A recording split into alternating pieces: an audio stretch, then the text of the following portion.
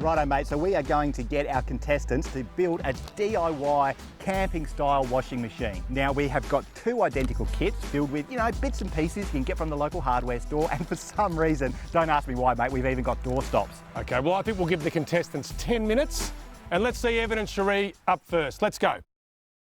All right, guys, I'm on the clock. You got 10 minutes. All the very best. Through that way? Yeah. Okay. And duct tape. And on top. Okay. And then roll it down a hill.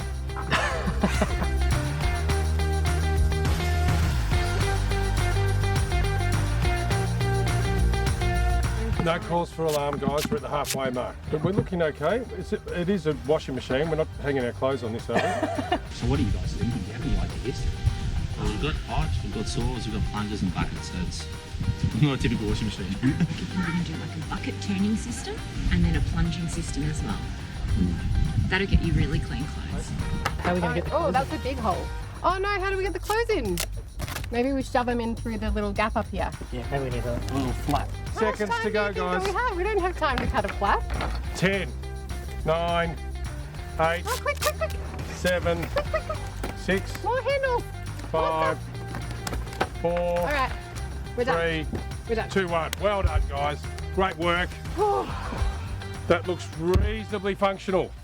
We'll see. After a little bit of time to reflect, I think I would have gone the bigger bucket and then put the small bucket in the bigger bucket and the gap between the small Where and was the this larger. idea when we were doing that washing There was a machine? bit of pressure. There's a bit of pressure. Now, are you worried about leaks at all? I think we might get some water in, We'll get water in. and we might get one rotation. Have you thought about how you're going to get the clothes in?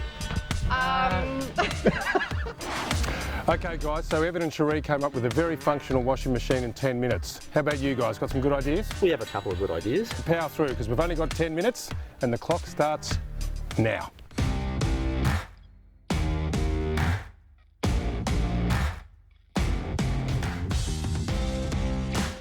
How are we looking, guys? Oh, we're getting there.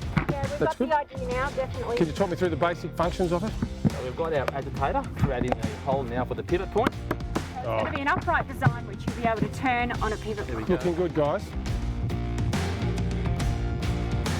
Where are they for? Oh, just for decoration. Oh, decorations. Oh. Okay, last 10, 9, 8, 7, 6, 5, 4, 3, 2, 1. Well done. Good stuff, guys. Congrats. Right, Steve-O, 2 very different designs of washing machine. Mate, tell us about this one, pros and cons. Okay, so Evan and Cherie's, I like the size of it. We can fit quite a bit of clothes in there compared to Joe and Judda's. Great use of the doorstop, so we get a great rotation there. One negative, most definitely, is that it looks like it might leak, so we're going to need plenty of duct tape. But the good news is we've got plenty.